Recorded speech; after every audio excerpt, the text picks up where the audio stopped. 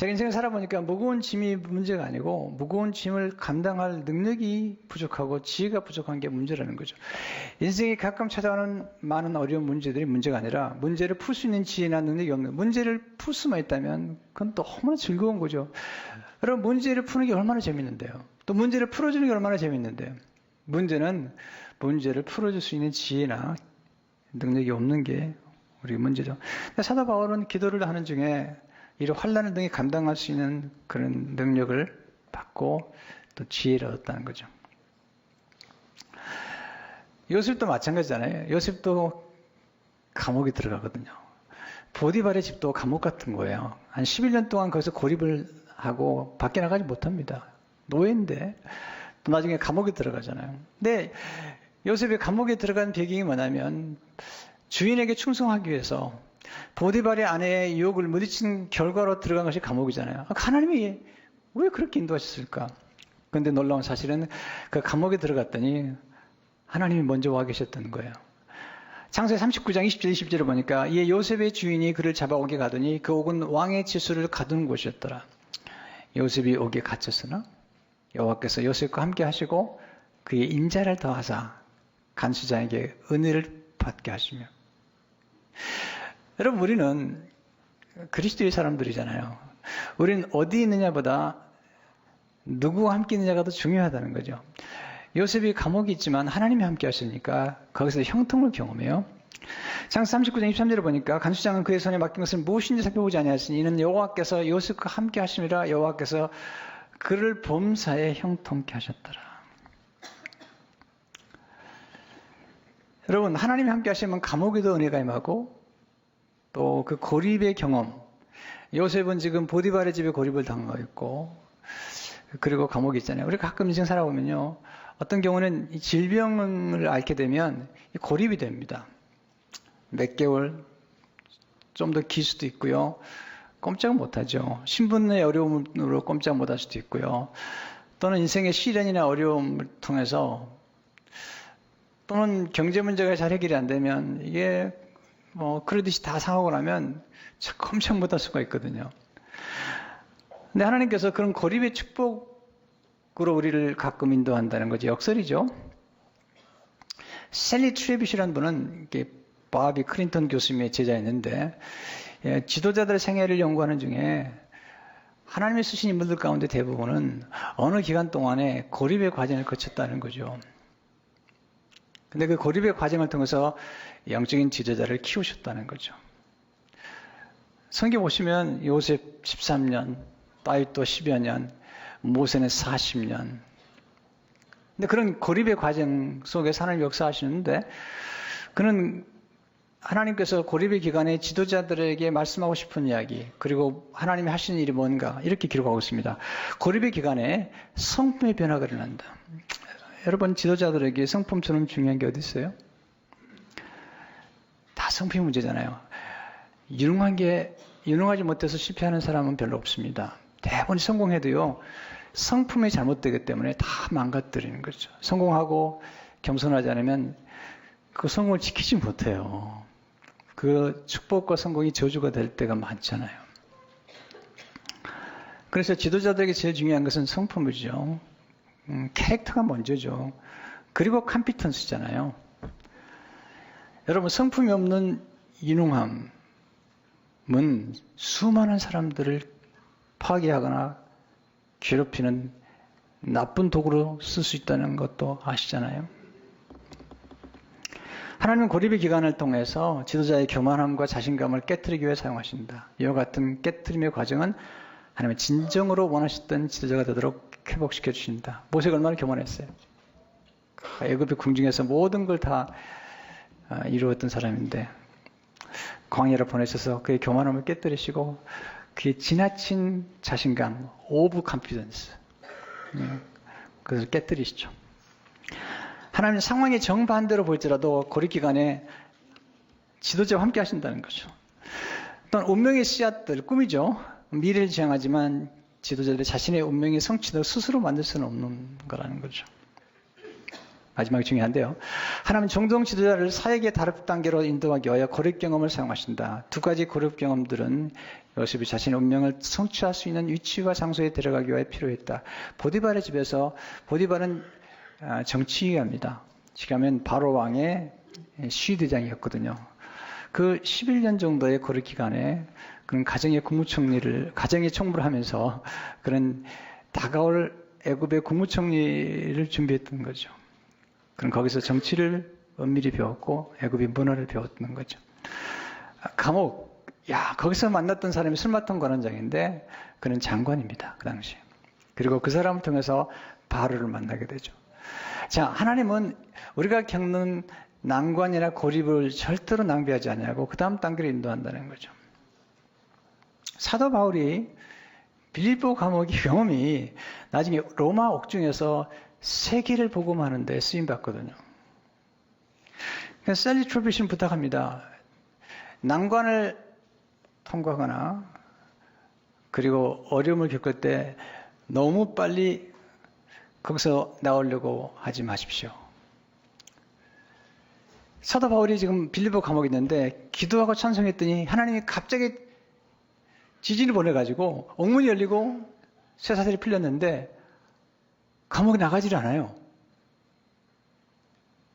우리 같으면 빨리 감옥을 벗어나고 싶은데 감옥에 나가지 않습니다. 그럼 감옥을 밖을 나가는 것보다 더 중요한 것은 하나님의 뜻을, 하나님의 인도를 받는 게 중요하다는 것을 알았기 때문이죠. 그의 관심은 감옥을 빨리 벗어나거나 난관을 빨리 돌파하는 게 있는 게 아니라 하나님의 뜻이 무엇인지 그걸 분별했던 사람. 두 번째, 하나님 어두운 밤에 놀라운 역사를 창조하신다는 거죠. 바울과 실라가 갇힌 곳은 깊은 옥이었고 또 한밤이었어요. 거기서 깨어 기도하죠. 25절 보면 한밤중에 about midnight 바울과 실라가 기도하고 하나님을 찬송하며 제수들이 듣더라. 밤에 부른 찬송, 이거 서글픈 찬송입니다. 밤에 일어나 드리는 기도, 이게 애절한 기도입니다. 여러분 불면증이 걸리거나 또는 때로 하나님께서 우리에게 잠 못 들게 하는 그런 밤은 너무 긴 밤이죠. 근데 왜 바울에게 이런 어두운 밤을 허락하신 걸까요? 근데 성경을 보게 되면 어두운 밤이 결코 나쁜 것은 아니라는 거죠. 사도 바울이 밤에 환상을 봤거든요. 그렇게 함으로써 마게도냐 유럽 선교의 문을 열었던 거죠. 사도행전 16장 9절 10절을 보면 밤에 during the night 환상이 바울에게 보이니 마게돈 사람 하나 가서서 그에게 청하이르되 마게도냐로 건너와서 우리를 도우라 하거늘. 바울이 그 환상을 보았을 때 우리가 곧 마게도냐로 떠나기를 힘쓰니 이는 하나님의 저 사람들에게 복음을 전하라고 우리를 부르신 줄로 인정함이라. 여러분 밤에 환상을 받고 밤에 하나님의 은혜를 경험하게 되면 밤이 그렇게 나쁜 것만은 아니라는 사실을 경험하게 되잖아요. 사도 바울이 사도행전 27장에 보면 로마로 압송되는 과정에서 유라굴로라는 강풍을 만납니다. 아주 거센 광풍이었습니다. 얼마나 광풍이 셌으면 낮에 해가 보이지 않고 밤에는 별이 보여야 되는데 별이 안 보이는 거죠. 밤에도 어두웠어요. 그는 이렇게 기록하고 있습니다. 사도행전 10장 20절에 보게 되면 여러 날 동안 해도 별도 보이지 아니하고 그 풍랑이 그대로 있음에 구원의 희망마저 없었더라. 이건 누가가 기록한 내용인데 여러 날 동안 해도 별도 보이지 않았어요. 근데 그 어두운 밤에 하나님 천사를 보내셨어요. 이게 정말 밤의 역설이거든요. 사도행전 27장 23절 25절을 보게 되면 내가 속한 바 곧 내가 섬기는 하나님의 사자가 어젯밤에 내 곁에 서서 말하되 바울아 두려워하지 말라. 내가 가이사 앞에 서야겠고 또 하나님께서 너와 함께 항해하는 자를 다 내게 주셨다 하시니 그러므로 여러분이 안심하라. 나는 내게 말씀하신 대로 그대로 되리라고 하나님을 믿노라. 여러분 밤이 필요한 거예요. 어떤 분이 그런 말을 하시잖아요. 태양만 비치면 모든 게 사막이 된다는 거예요. 우리에게 빛이 필요한 거죠. 밤이라는 안식도 필요하고 밤에만 볼 수 있는 환상이 있고 밤에만 쓸 수 있는 글이 있는 거예요. 하나님의 사람들은 다 어둠을 통과하는 거죠. 마더 테레사가 정말 훌륭한 일을 많이 하신 분이잖아요.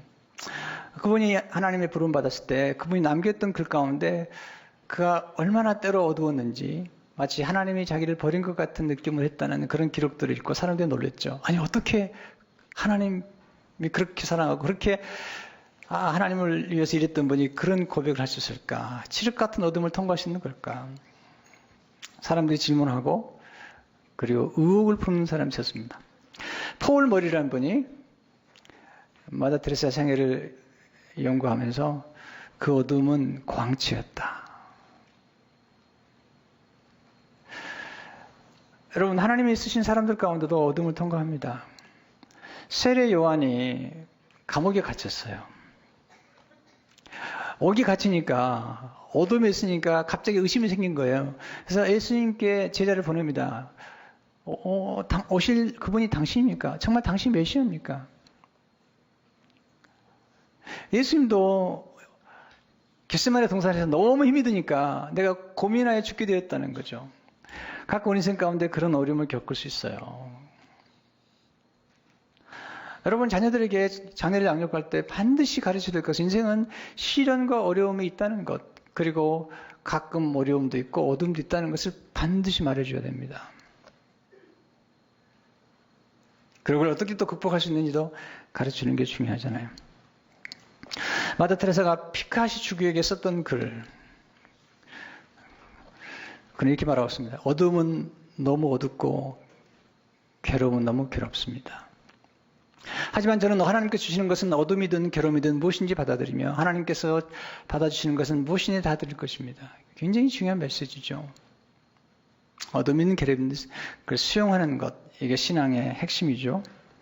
1961년 4월 11일경에 마다 테레사는 노인의 신부에게 이렇게 편지를 쓰는 단계에 들어가게 됩니다. 저는 어둠을 사랑하게 되었습니다. 이제 저는 이 어둠이 예수님이 세상에서 겪으신 어둠의 아주 작은 한 부분이라는 것을 믿습니다.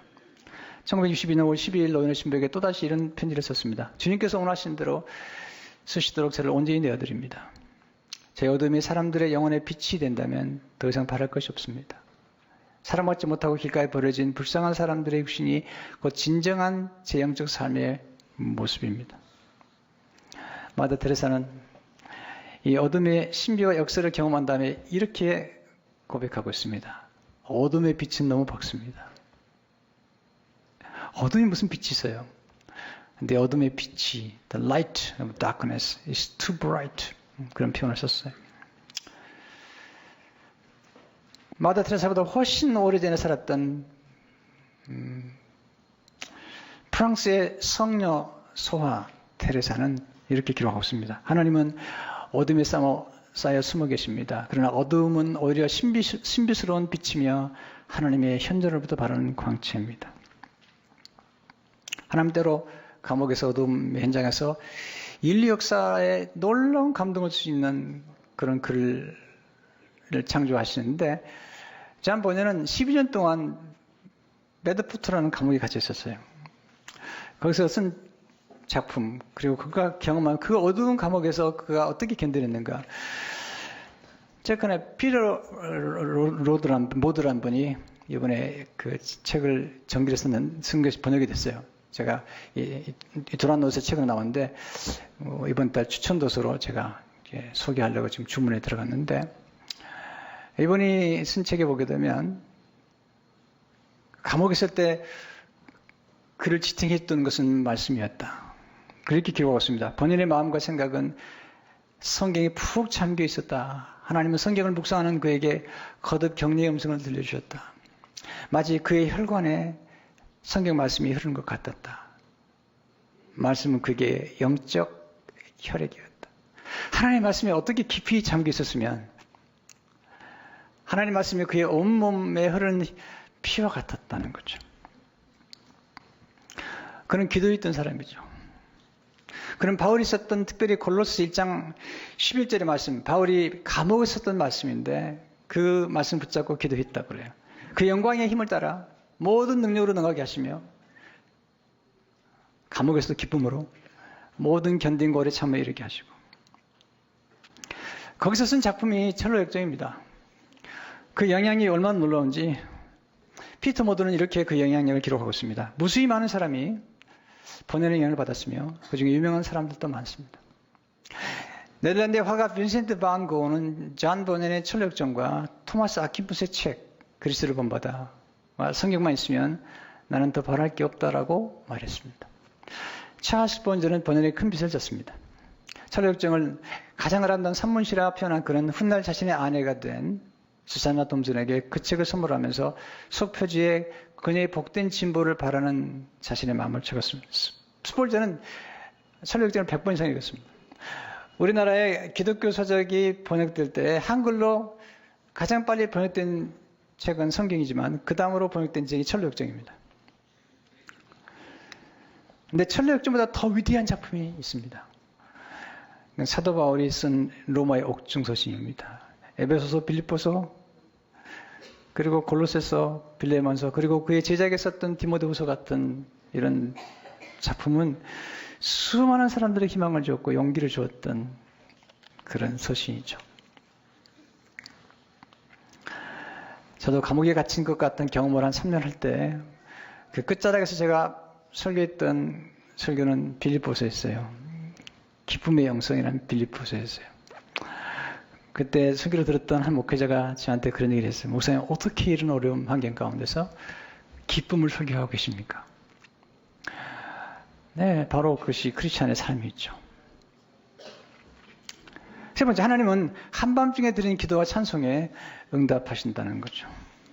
25절을 보니까 한밤중에 바울과 실라가 기도하고 하나님의 찬송함에 주 예수들이 듣더라. 하나님이 들었을 뿐만 아니라 주 예수가 들었다는 거예요. 여러분, 우리가 아무것도 할 수 없을 때 아무것도 할 수 없다고 얘기하지 마세요. 기도할 수 있잖아요. 찬송할 수 있잖아요. 여러분, 기도라는 것은 우리가 맨 마지막에 하는 건 아니죠. 그러나 우리 인생의 어려운 난관에서 기도하면 하늘이 열리고 옥문이 열리고 사슬이 풀리거든요. 기도와 함께 찬송이 얼마나 중요한지 모르잖아요. 기도하고 찬송했더니 26절을 보세요. 이게 갑자기 큰 지진이 나서 옥토가 움직이고 문이 곧 다 열리며 모든 사람이 매인 것이 다 벗어진지라. 성경은 하나님의 사람들은 기도의 사람들이고 찬송의 사람이라. 찬송은 예배잖아요. 이스라엘 백성들은 찬송을 좋아했고 춤을 좋아했습니다. 시편 20편 3절을 보니까 이스라엘 찬송 중에 거하시는 주요. 이 거한다는 말이 영어에 보면요, 좌정한다는 거예요. 우리가 찬송 부를 때 하나님이 우리 가운데 임재하시고 좌정하시고 저는 거룩하십니다. 우리는 말씀과 함께 기도, 말씀과 함께 찬송에 늘 같이 가는 거예요. 시편 50편 10절을 보니까 내가 하나님을 의지하여 그의 말씀을 찬송하며 여호와를 의지하여 그의 말씀을 찬송하리이다. 근데 궁금한 게 하나 있습니다. 바울과 실라가 매를 맞고 그 고통 중에 뭘 기도했을까? 뭘 찬송했을까? 우리 같으면 하나님 너무 억울합니다. 나 때린 놈들 다 죽여주세요. 그렇게 기도했을 것 같아요. 또는 이 감옥에서 빨리 빠져나가게 해주세요. 라고 기도했을 것 같은데 바울의 기도가 그런 기도가 아니었다는 것을 분명히 알 수 있죠. 왜냐하면 바울이 옥문이 열리는데 나가지 않았잖아요. 바울의 기도는 바울이 경험했던 난관은 그가 지금 감옥에 갇혀 있는 게 난관이 아니고 지금 유럽 선교를 떠나는 그 길이 막힌 거죠.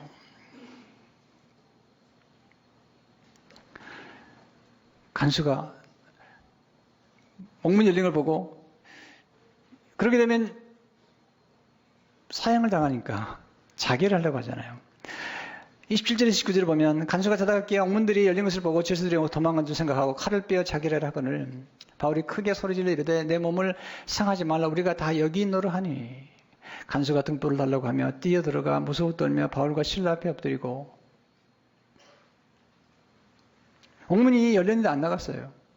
바울의 관심은 옥문에서 벗어난 게 아니죠. 바울의 관심은 영혼을 구원하는 거잖아요. 그때 이 빌립보 감옥의 간수장이 묻습니다. 우리가 어떻게 구원을 받습니까?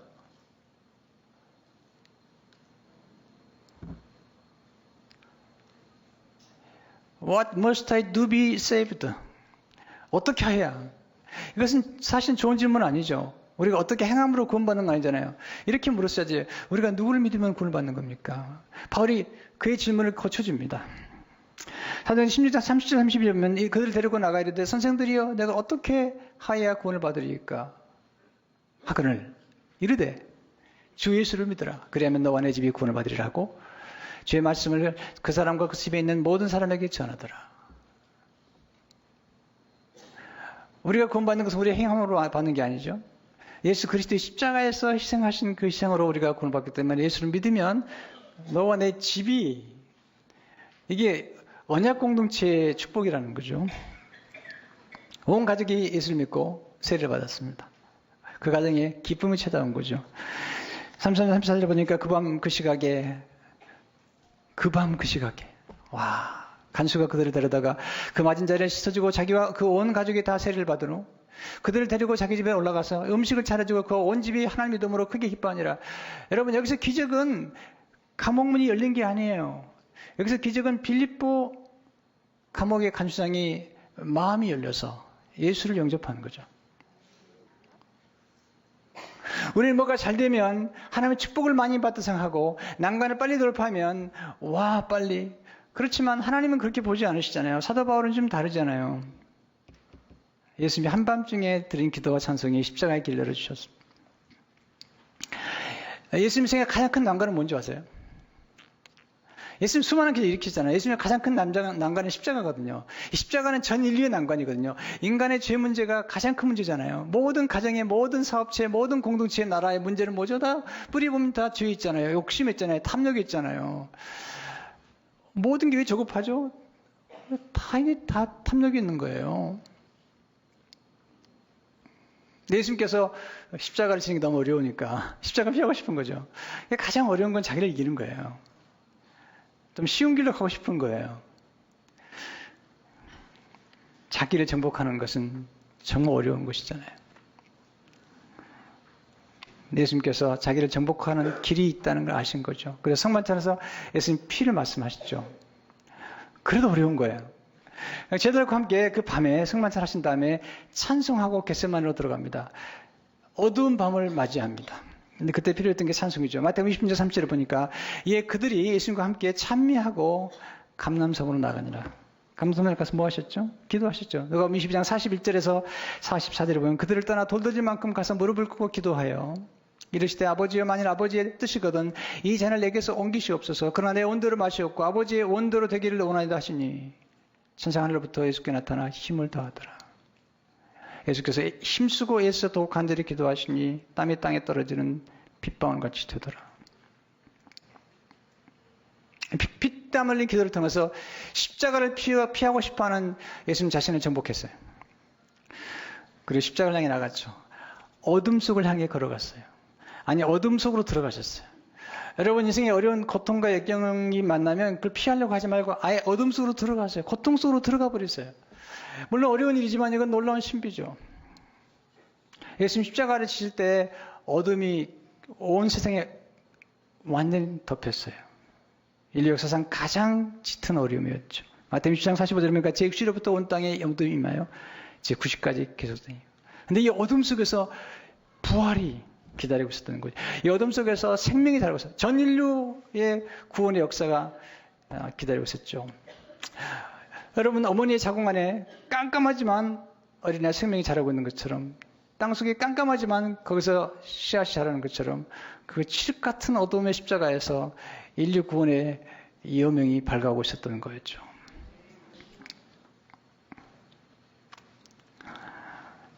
여러분 우리는 어둠마저도 사랑하는 그런 성숙한 단계에 들어가야 되고요. 우리 바울처럼 그리고 요셉처럼 예수님처럼 어둠 저편에 있는 놀라운 은혜를 받죠. 여러분 고난이 계속되는 건 아니에요. 또 이 감옥에 계속 있는 건 아니잖아요. 저도 보면 항상 어렵지는 않더라고요. 그러나 그 고난의 끝자락에서 그 고난의 감사와 그리고 기도했던 사람들은 역전의 은혜를 경험했거든요. 십자가 성령와는 어두운 밤을 통과하면서 이렇게 하나님 앞에 노래하기 시작합니다. 오 그대 인도해주는 밤이요. 오 친절한 밤이요. 새벽보다 더 오 그대 묶어주는 밤이요. 사랑하는 이와 사랑받는 이를 사랑하는 이 안에서 사랑받는 이를 변화시키도다. 이 어두운 밤에 하나님과의 깊은 사랑을 나누면서 그는 새벽보다 더 아름다운 밤이라고 노래하고 있잖아요.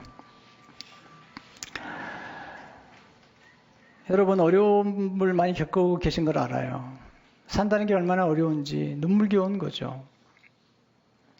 가끔 인생에서 찾아오는 어두움들. 그러나 그 가운데 하나님 의지하는 사람에게는 뭔가 다르잖아요. 이사야 10장 10절의 말씀으로 마지막 결론을 맺고 싶습니다. 너 중에 여호와를 경외하며 그의 종의 목소리를 청종하는 자가 누구냐? 흑암 중에 행하여 빛이 없는 자라도. 저는 이 말씀이 참 놀라워요. Let him who walks in the dark. 어둠 속으로 걷는 사람. Let him who walks in the dark. 어둠 속으로 걸어가는 사람. 어둠 속에서 걸어가는 사람. 그리고 빛이 없지라. Who has no light. 가끔 그런 경험을 하잖아요. 흑암 중에 걸어 들어가야 될 때가 있거든요. 여호와의 이름 의지하며 자기 하나님께 의지할지어다. 그러면 어둠이 빛이 된다는 거죠. 이게 십자가하고 이 부활의 역사거든요. 성도 여러분, 저는 우리 신앙의 성장에서 어둠마저 사랑하고 고난마저도 감사하셨으면 좋겠습니다. 여러분의 삶 가운데 모든 어려움 가운데도 빛 대신 하나님을 바라보며 승리하는 여러분 되시기를 축원합니다.